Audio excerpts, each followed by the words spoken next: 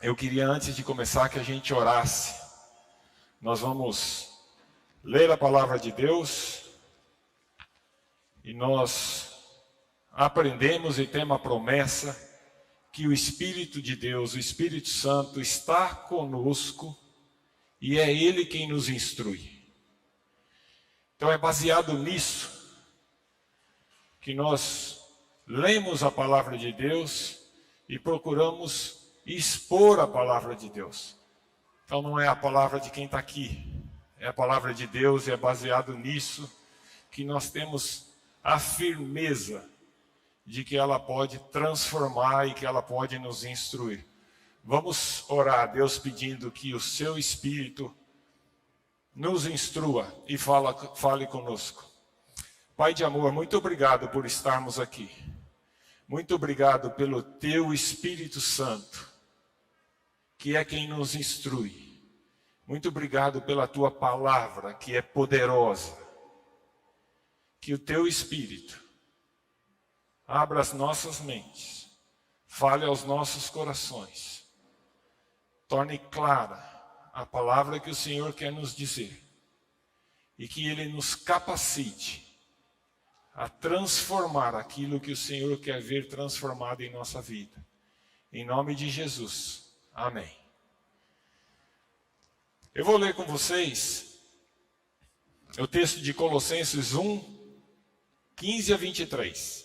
Começa assim: Ele é a imagem do Deus invisível, o primogênito de toda a criação. Pois nele foram criadas todas as coisas nos céus e na terra, as visíveis e as invisíveis. Sejam tronos ou soberania, poderes ou autoridades. Todas as coisas foram criadas por Ele e para Ele. Ele é antes de todas as coisas e nele tudo subsiste. Ele é o cabeça do corpo que é a igreja. É o princípio e o primogênito dentre os mortos, para que em tudo tenha a supremacia, pois foi do agrado de Deus que nele habitasse toda a plenitude, e por meio dele reconciliasse consigo todas as coisas, tanto as que estão na terra quanto as que estão no céu, estabelecendo a paz pelo seu sangue derramado na cruz. Antes, vocês estavam separados de Deus e em suas mentes eram inimigos por causa do mau procedimento de vocês. Mas agora Ele os reconciliou pelo corpo de Cristo, mediante a morte, para apresentá-los diante dele, santos, inculpáveis e livres de qualquer acusação. Desde que continuem alicerçados e firmes na fé, sem se afastarem da esperança do Evangelho que vocês ouviram e que tem sido proclamado a todos os que estão debaixo do céu. Este é o Evangelho do qual eu, Paulo, me tornei ministro. Nos encontros nossos de sábado, a gente está estudando Colossenses. Exatamente de onde vem esse texto. Ontem nós começamos o capítulo 2, a carta tem 4 capítulos. Então nós só vimos até agora pouquinho mais de 1/4 da carta. E você é nosso convidado a estar conosco no sábado, pela plataforma digital, o encontro é virtual, mas tem sido muito gostoso e tem a vantagem de você ter a flexibilidade, onde você estiver, você pode participar com a gente. Para quem conhece a Lia, né, que esteve aqui com a gente há um tempo e ela mora na França, a Lia tem sido assídua conosco, mesmo tendo voltado para a França, participando do estudo. Isso é muito legal. Então você é convidado para estar conosco. Paulo escreve essa carta para uma pequena comunidade, que é a comunidade de Colossos, depois de ter sido procurado por Epáfras. Muito provavelmente, Epáfras foi o fundador da igreja. Paulo chama ele de conservo, numa atitude de amor, mas de reconhecimento do papel que Epáfras teve na fundação daquela igreja. E Epáfras deve ter ouvido a mensagem do Evangelho através de Paulo, durante o período que Paulo viveu e esteve em Éfeso.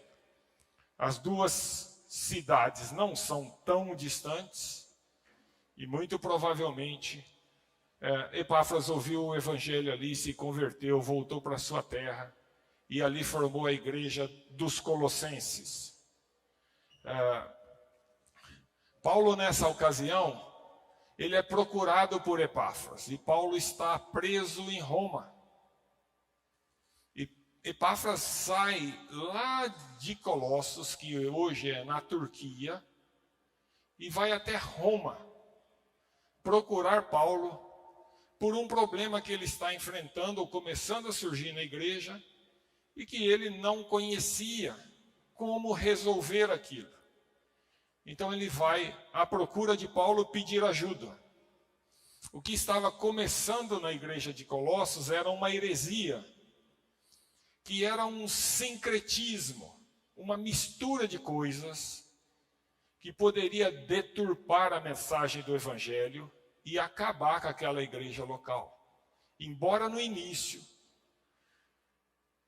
confiante em Deus, confiante nas orientações que o Espírito, através de Paulo, poderia dar para ele, Epáfras então procura Paulo.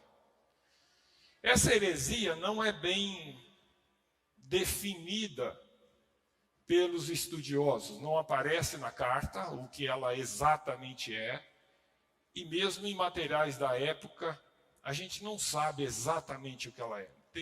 Não tem nada categórico dizendo o que ela era. Mas ela a carta permite a gente entender boa parte do que está ali. Embora o que a gente sabe hoje é quase como quando você ouve uma conversa telefônica, em que você está ouvindo só um falar, você não está ouvindo o outro. Mas pelas coisas que aquele que está do seu lado está falando, você entende o que está rolando na conversa. Então é mais ou menos isso que está acontecendo aqui sobre o entendimento dessa heresia.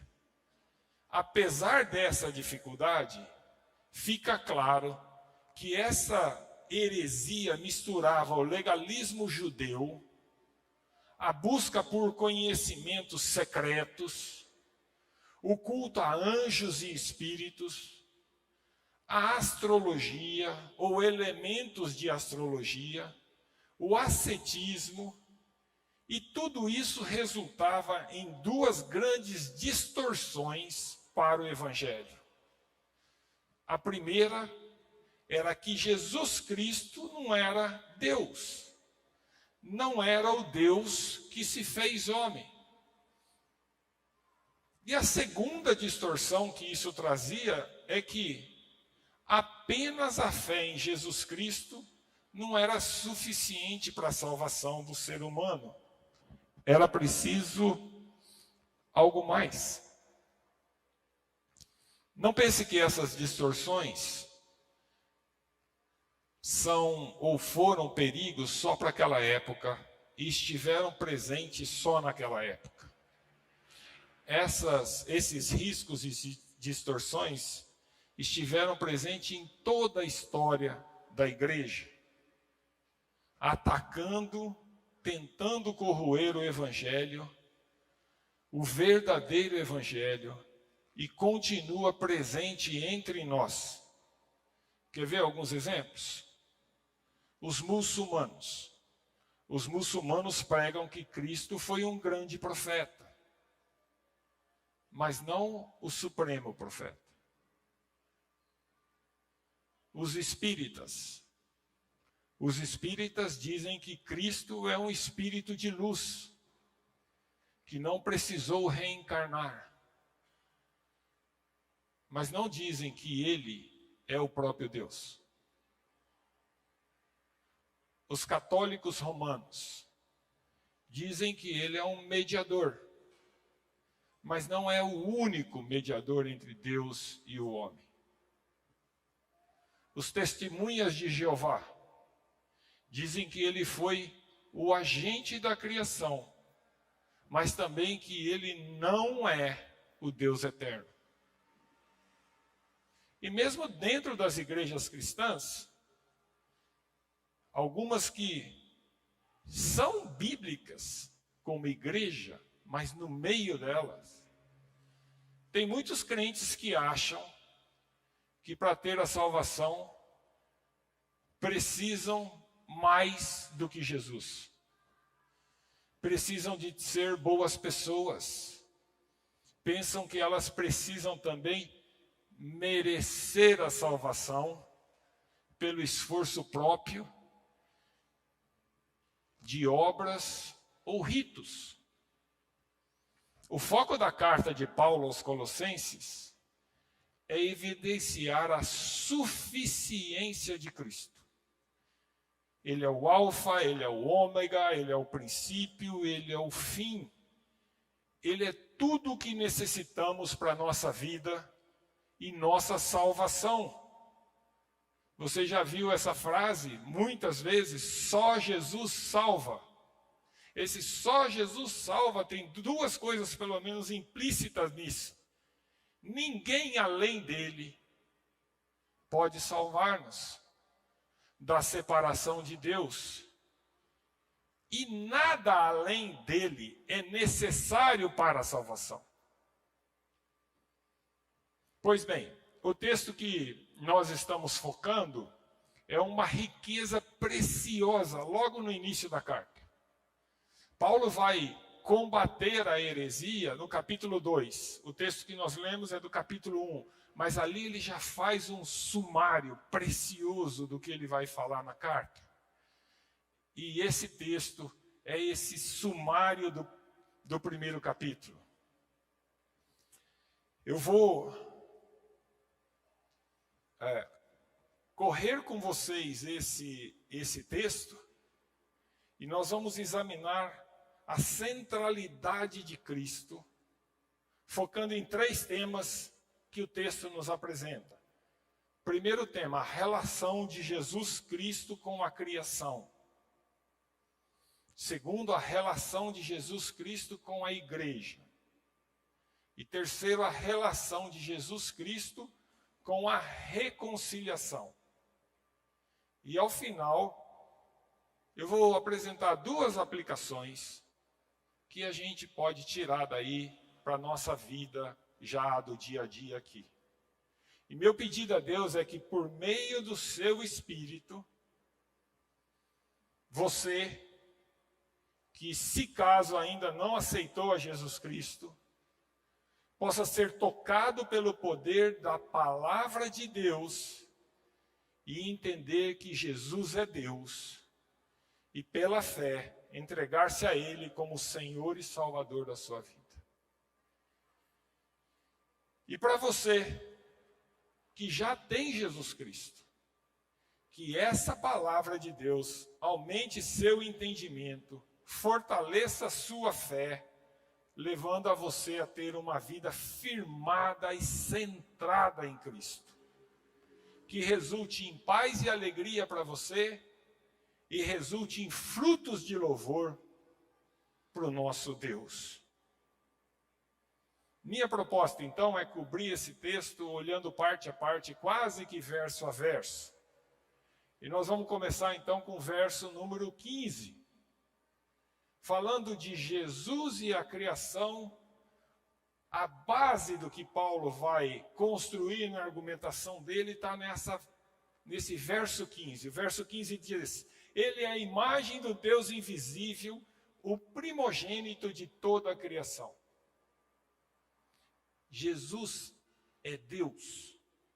Nesse verso, Paulo ataca de frente a afirmação dos gnósticos daquela época que começava a construir esse movimento e a crença que existia entre algumas pessoas e que também existe entre muitos hoje.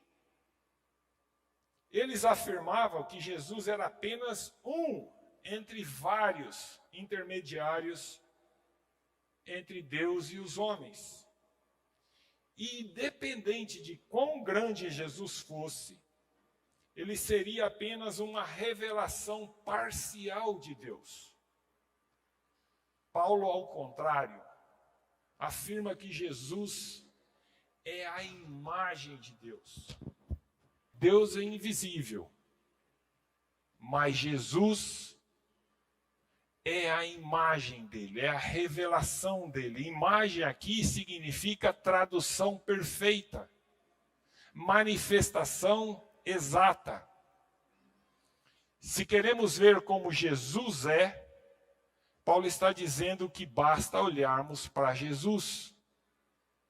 Ele é a revelação exata de Deus. Através de Jesus, podemos ver, conhecer e entender quem é Deus. É exatamente isso que está escrito no livro de Hebreus. Hebreus 1:3, que está aí na tela, diz assim: o Filho é o resplendor da glória de Deus e a expressão exata do seu ser. E João torna isso ainda mais claro quando afirma que Jesus é Deus. João 1:1. No princípio era aquele que é a palavra, Jesus. Aí quer dizer Jesus. Ele estava com Deus e era Deus. Falando então, nós estamos falando da relação de Jesus com a criação. Jesus tem a mais alta honra na criação. A preeminência de Cristo é ressaltada no verso 15, quando se afirma que Jesus é o primogênito de toda a criação. Primogênito aqui tem o sentido de importância, não é de ordem cronológica. Não é que ele foi o primeiro, no sentido de primeiro, segundo, terceiro, quarto. É de importância, o mais importante. Importante sobre tudo que existe. O sentido aqui é de que Jesus é o mais importante. E lá em Êxodo 4:22, só para a gente tirar ou consolidar esse entendimento, em Êxodo 4:22, essa mesma ideia, com a mesma expressão, é usada quando Deus se refere ao povo de Israel. Deus fala que o povo de Israel é o primogênito de Deus. A ideia é o mais querido, é o mais importante, e não o primeiro em ordem, sequência. No Salmo 8:27, que é uma referência, Salmos 89:27, que é uma referência messiânica. Lá diz que Deus faria do Messias o primogênito entre os reis, o mais importante rei da terra. Não era primogênito no sentido do primeiro, segundo, terceiro e sim do mais importante. É a mesma expressão que está no verso 15. Olhar para João 1:2, lá está escrito que ele estava com Deus no princípio. Retira também qualquer dúvida de interpretação, pois ali está afirmando que Jesus sempre existiu, ele sempre esteve com Deus. Ele não é parte da criação de Deus. Então ele não pode ser o primeiro de ordem sequencial da criação, porque ele é antes da criação. Ele sempre esteve com Deus. Ele é Deus desde sempre. Deixa-me aproveitar e já comentar com vocês o verso 19 do texto que nós lemos. Lá está escrito assim: pois foi do agrado de Deus que nele habitasse toda a plenitude. Esse verso expressa a mesma verdade. Plenitude aqui quer dizer que em Jesus estão todos os atributos da divindade. todas as características de Deus estão em Jesus, porque Jesus é Deus. Essa afirmação destrói o pensamento dos hereges daquela época, que apresentavam Jesus como um ser emanado de Deus e inferior, um ser abaixo de Deus, que necessitava de complementos. Ao contrário, esses versos que nós lemos afirmam que Jesus é a expressão exata de Deus. Ele sempre existiu, nele estão todos os atributos de Deus, ele é Deus. Vamos voltar para o texto? Versos 16 e 17. Pois nele foram criadas todas as coisas no céu e na terra, as visíveis e as invisíveis, sejam tronos ou soberania, poderes ou autoridades. Todas as coisas foram criadas por ele e para ele. Ele é antes de todas as coisas e nele tudo subsiste. Esses versos nos mostram que Jesus não só tem a mais alta honra em tudo que existe, como também mostra que ele é a fonte de toda a criação. A primeira parte do verso 16 diz assim: pois nele foram criadas todas as coisas nos céus e na terra, as visíveis e as invisíveis, sejam tronos ou soberanias, poderes ou autoridade. Jesus é a fonte originadora de tudo que existe no céu e na terra, das coisas materiais e das coisas espirituais. Os anjos não têm nenhum poder à parte de Jesus. O culto a anjos é uma usurpação da glória e da preeminência devida somente a Cristo. E isso era uma das coisas que lá naquela época, na igreja de Colossos, começavam-se a ensinar os falsos mestres, que além de Jesus era necessário cultuar os anjos, porque eles ficavam entre os homens e Deus, e eles precisavam serem cultuados para nos aproximar de Deus.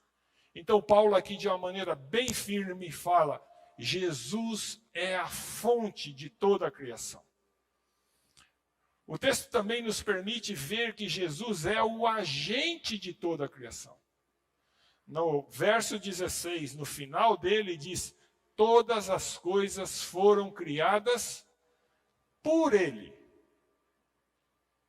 As galáxias, os mundos estelares, os seres espirituais, tudo que existe foi criado por meio de Jesus. João 1,3 diz assim: todas as coisas foram feitas por intermédio dele. Sem ele, nada do que existe teria sido feito. Então, Jesus é a fonte de toda a criação, Jesus é o agente de toda a criação, e Jesus é o alvo de toda a criação. A razão de ser, o objetivo da criação. Na segunda parte do verso 16, a gente lê que todas as coisas foram criadas por ele e para ele. Tudo foi criado. Tudo que existe tem uma única finalidade: render a Jesus todo louvor e toda glória. É isso que a gente encontra em Filipenses 2, 9 a 11. Pelo que também Deus o exaltou sobremaneira, e lhe deu o nome que está acima de todo nome, para que ao nome de Jesus se dobre todo o joelho, nos céus, na terra, debaixo da terra, e toda língua confesse: Cristo é Senhor, para a glória de Deus Pai. Um outro texto que afirma a mesma coisa está em Apocalipse 5,13. Lá está escrito assim: então ouvi que toda criatura que há no céu e sobre a terra, debaixo da terra e sobre o mar, e tudo o que neles há, estavam dizendo.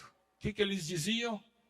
Aquele que está sentado no trono e ao Cordeiro, seja o louvor, e a honra, e a glória, e o domínio pelos séculos dos séculos. Jesus Cristo, então, é a fonte, é o agente, é o alvo.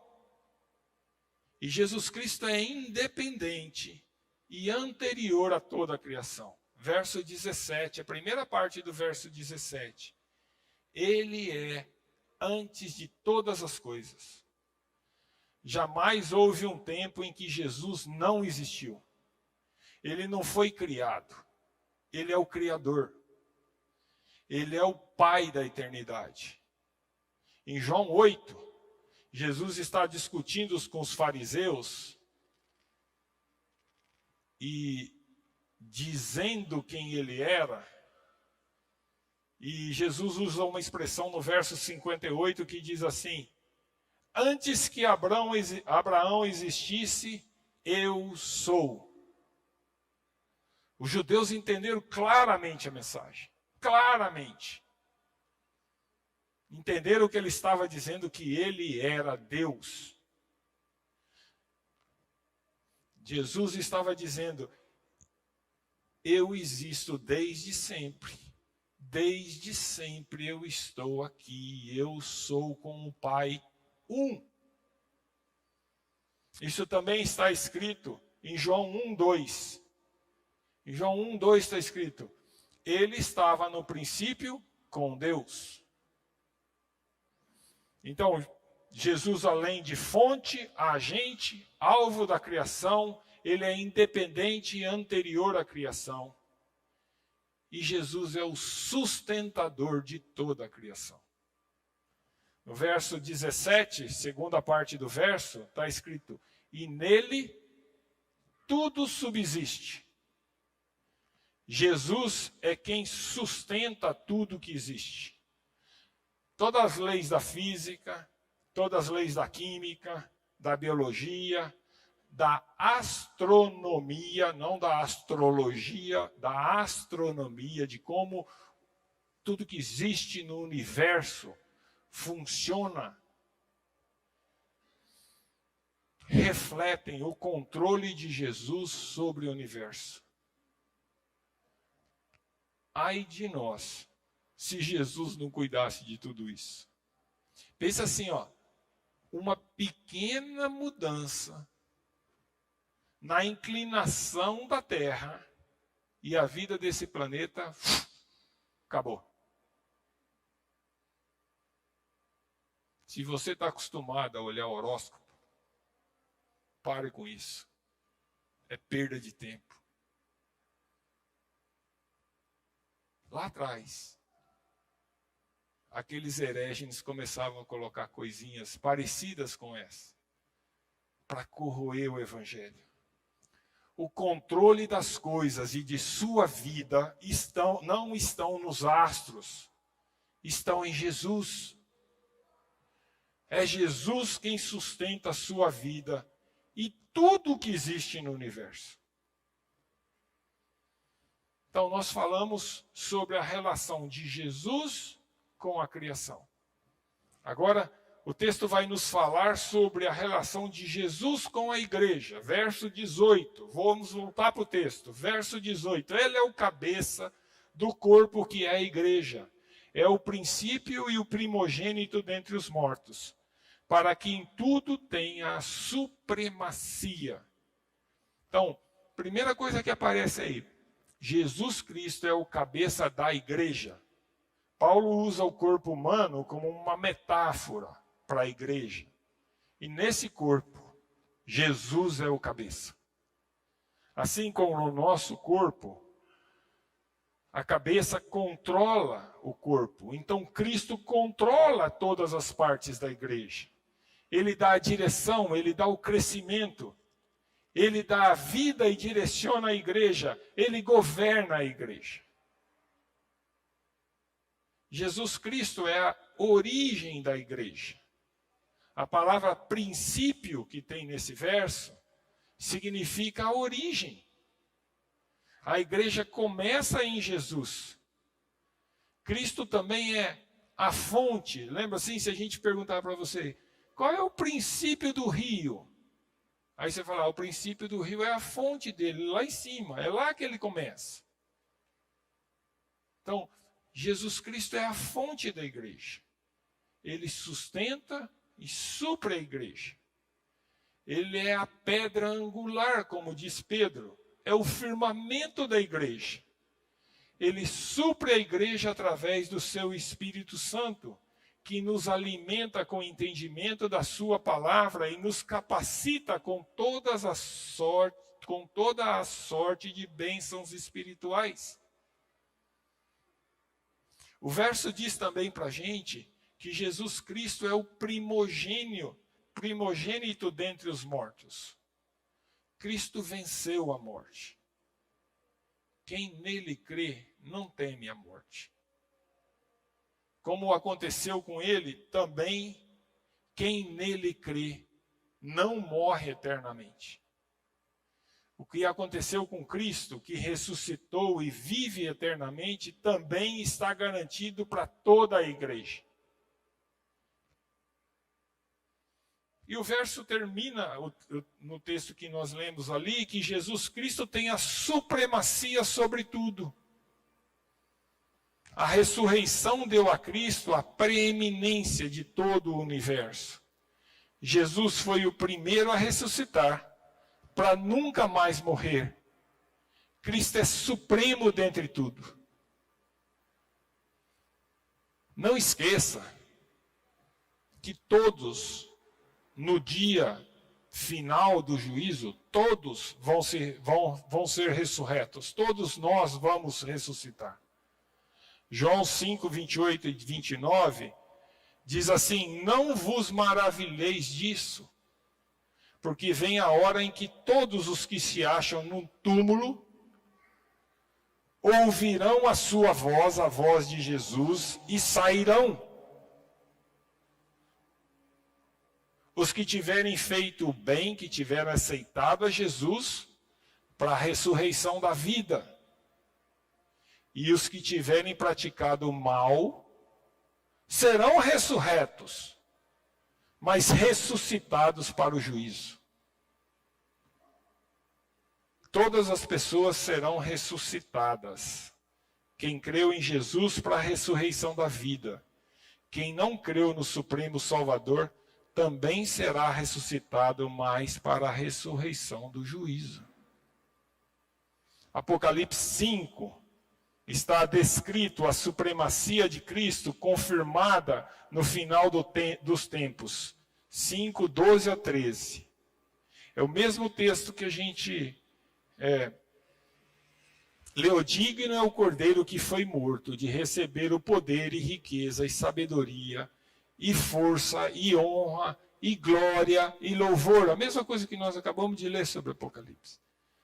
Mas aí continua falando assim: então ouvi que toda a criatura no céu e sobre a terra, debaixo da terra e sobre o mar e tudo o que neles há, estavam dizendo: aquele que está sentado no trono e ao Cordeiro, seja o louvor, a honra, a glória, o domínio pelos séculos dos séculos.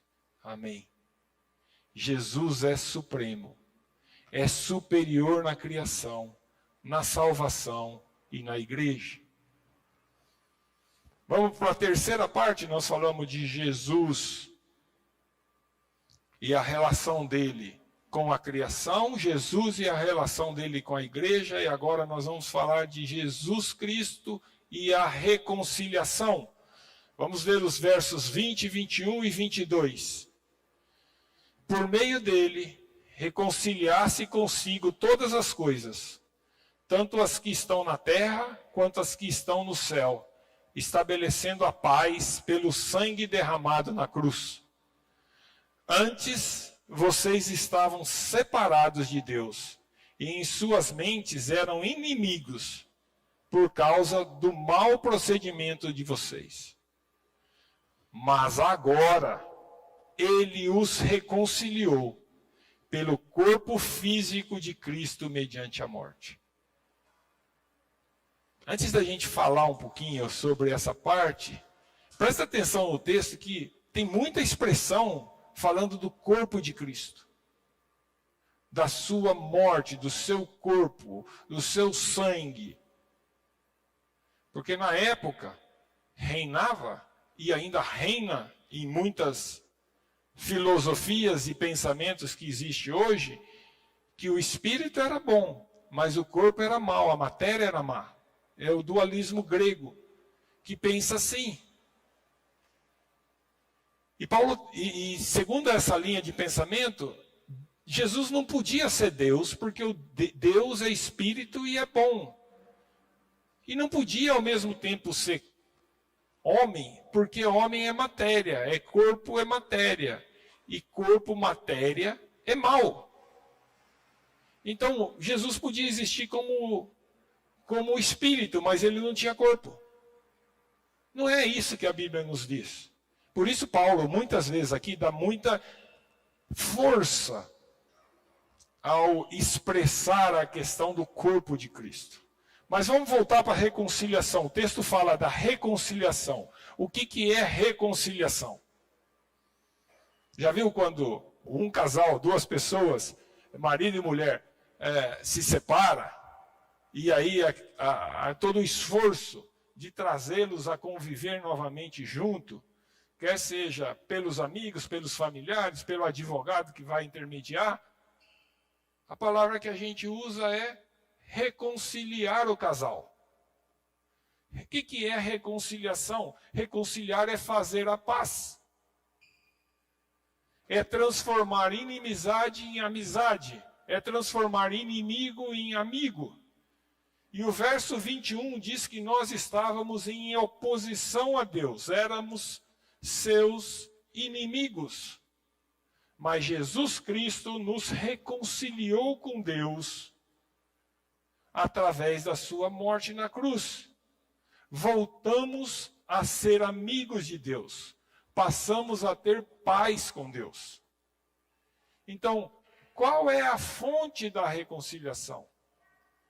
É a cruz de Cristo. A paz foi restabelecida pelo sangue do justo, sem pecado, derramado na cruz. É isso que está escrito no verso 20. Estabelecendo a paz pelo seu sangue derramado na cruz.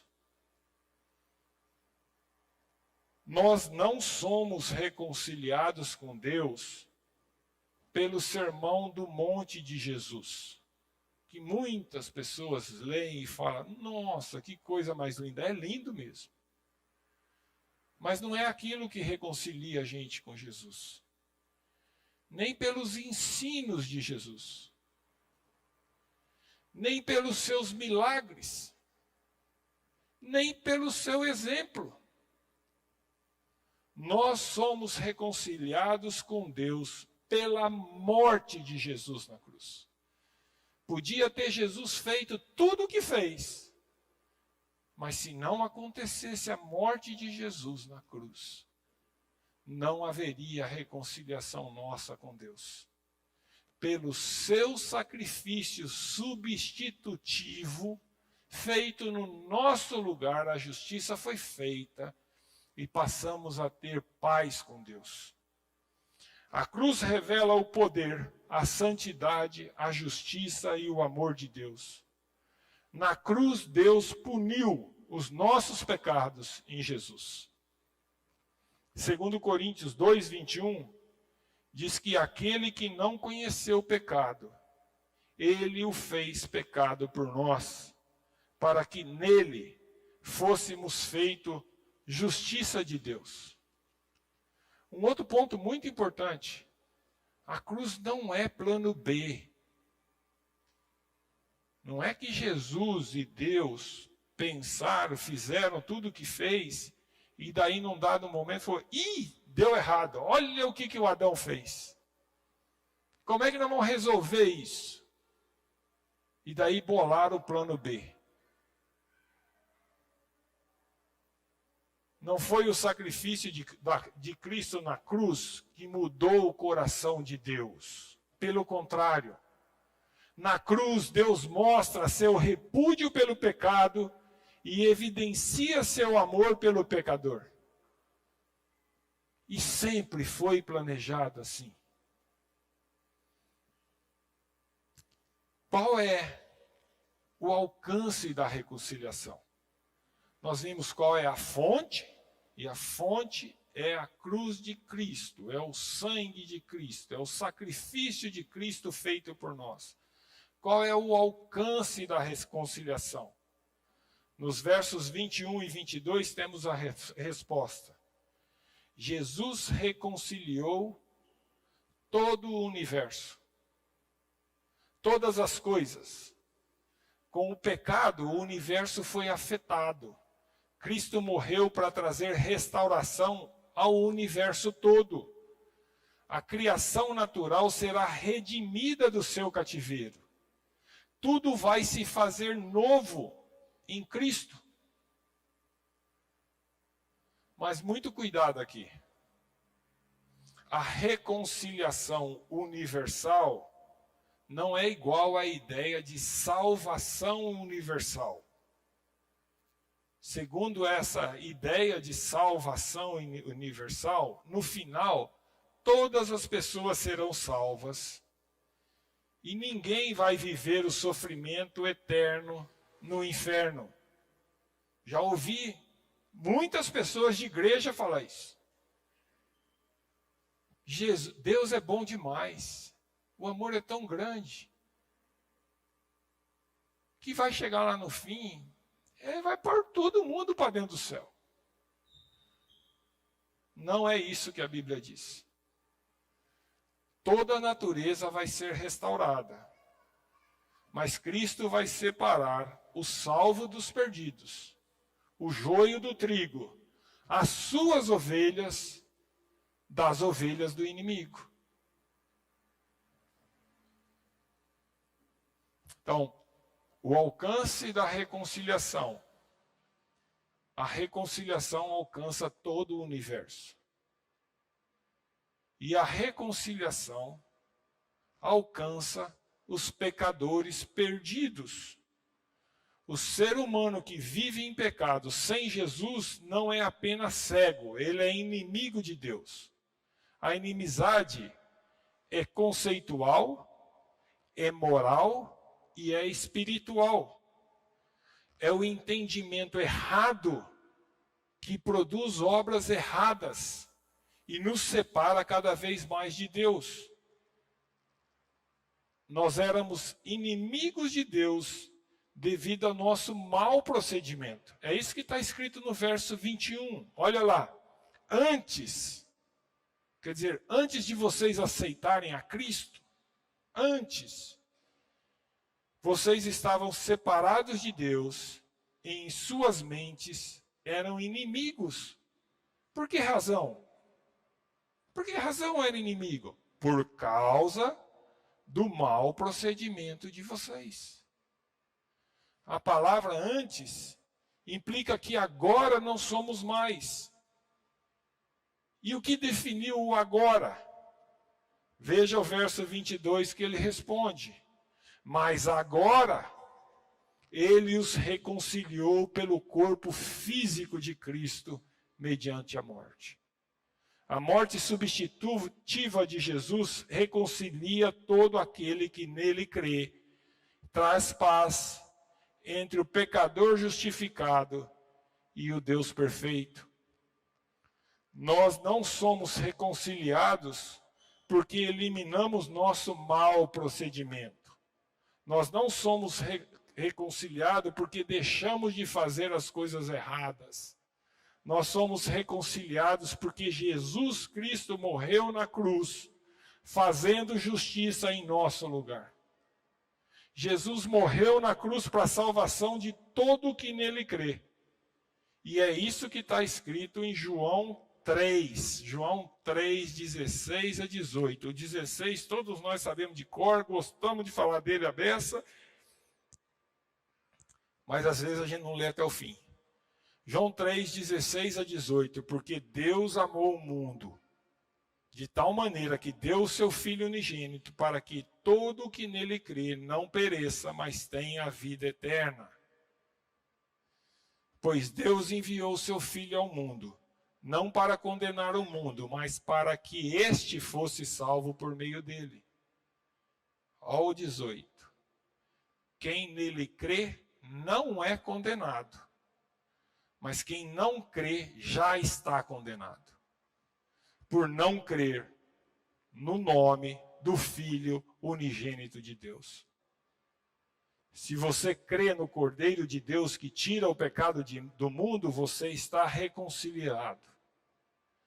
Mas se você rejeita o sacrifício de Jesus, se você não aceita o ato de amor e justiça que Jesus lhe oferece, você está condenado. E a razão da sua condenação é por não crer no Filho de Deus. Qual é o propósito da reconciliação? Nós falamos sobre o alcance, falamos sobre o agente, e agora qual é o propósito da reconciliação? Por que foi feita a reconciliação? Os versos 22 e 23 nos dão a resposta. Mas agora ele os reconciliou pelo corpo físico de Cristo, mediante a morte, para apresentá-los diante dele santos, inculpáveis e livres de qualquer acusação. Propósito da reconciliação, não está nesse verso 22, mas apareceu lá atrás, no verso 20, é gerar paz com Deus. Primeira parte do propósito, gerar paz do reconciliado com Deus. Ao aceitarmos Jesus, temos paz com Deus. A inimizade foi tirada, o mundo da separação foi quebrado. Passamos a ser adotados como filho. Segunda consequência, que é propósito da reconciliação, é santidade. É isso que está no verso 22. Para apresentá-los diante dele santos, inculpáveis, livres de qualquer condenação. O propósito da reconciliação não é que a gente continue rebelde. Nossa vida precisa mudar. Se a gente não tem mudança, a gente devia perguntar se realmente eu aceitei a Jesus. Cada um tem um processo de mudança, mas a mudança tem que acontecer. O ocorrido foi enorme. Tem que haver transformação. Esse verso 22 traz 3 ideias que exemplificam bem a nova vida. Santos. Santos, sempre que você ver isso no Novo Testamento, quer dizer inteiramente separados e consagrados a Deus. O objetivo da reconciliação, da morte de Jesus na cruz, foi fazer com que você, com que eu, sejamos separados e consagrados a Jesus Cristo. Inculpáveis. Nós já fomos inteiramente limpos pelo sangue de Jesus. Não há mais culpa. A culpa foi paga. Quando Jesus morreu na cruz, toda aquela lista de pecado, toda a lei que nos acusava, aquela conta inteira foi pregada na cruz junto com ele. Está pago.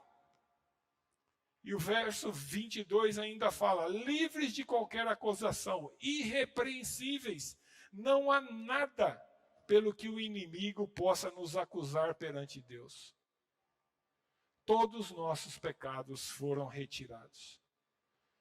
Propósito da reconciliação, paz com Deus, santidade. E o terceiro ponto, esperança da glória. A reconciliação nos assegura a herança dos crentes. Nós falamos sobre isso na última vez que tivemos aqui. Nos oferece a futura glorificação. Essa esperança estava firme nos crentes colossenses. E Paulo dava graças a Deus por isso. Aparece isso em Colossenses 1,5. Por causa da esperança que vos está preservada nos céus, da qual antes ouviste pela palavra da verdade do Evangelho. Paulo agradecia a Deus por isso.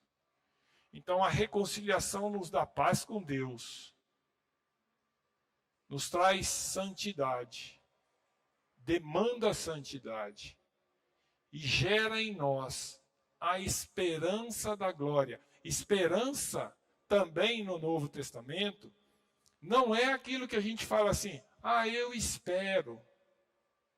Sim, tenho ali um grau de dúvida. Eu quero que aconteça. Esperança aqui é a certeza futura de que isso vai acontecer. Nós podemos ter a esperança da glória, porque Jesus morreu na cruz por nós.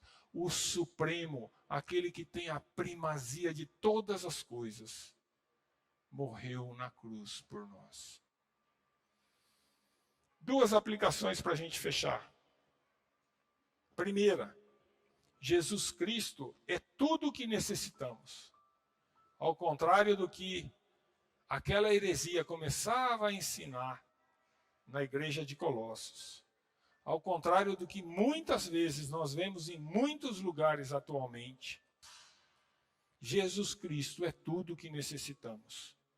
Não se deixe escravizar, enredar-se, enredar-se é a armadilha da rede que pega o animal, pega o peixe, pega o pássaro, por vãs filosofias, por ensinos de aparência de sabedoria. Os falsos mestres de Colossos e também os falsos mestres de hoje não se opõem de forma clara a Jesus, mas eles buscam nos separar da verdade do Evangelho, tentando nos convencer que precisamos de algo mais além de Cristo. Não deixe se enganar por isso. Em Cristo nós temos tudo o que necessitamos. Ele é a origem de todas as coisas. Ele é o Senhor sobre tudo. Ele tem o controle de tudo. Segunda aplicação. Nossa vida e nosso culto deve ser cristocêntrico, não antropocêntrico. O foco do nosso culto, o foco da nossa vida tem que ser Cristo. Não é o ser humano, não é a outra pessoa, é Cristo. Jesus Cristo deve ser o objeto de tudo o que fazemos. Ele deve ser o centro, ele deve ser o propósito do nosso culto. Ele deve ser o centro do nosso louvor. Ele deve ser o centro da nossa oração. Ele deve ser o centro do nosso ensino, ele deve ser o centro da nossa pregação, ele deve ser o centro e o tesouro maior da nossa vida. Todos nós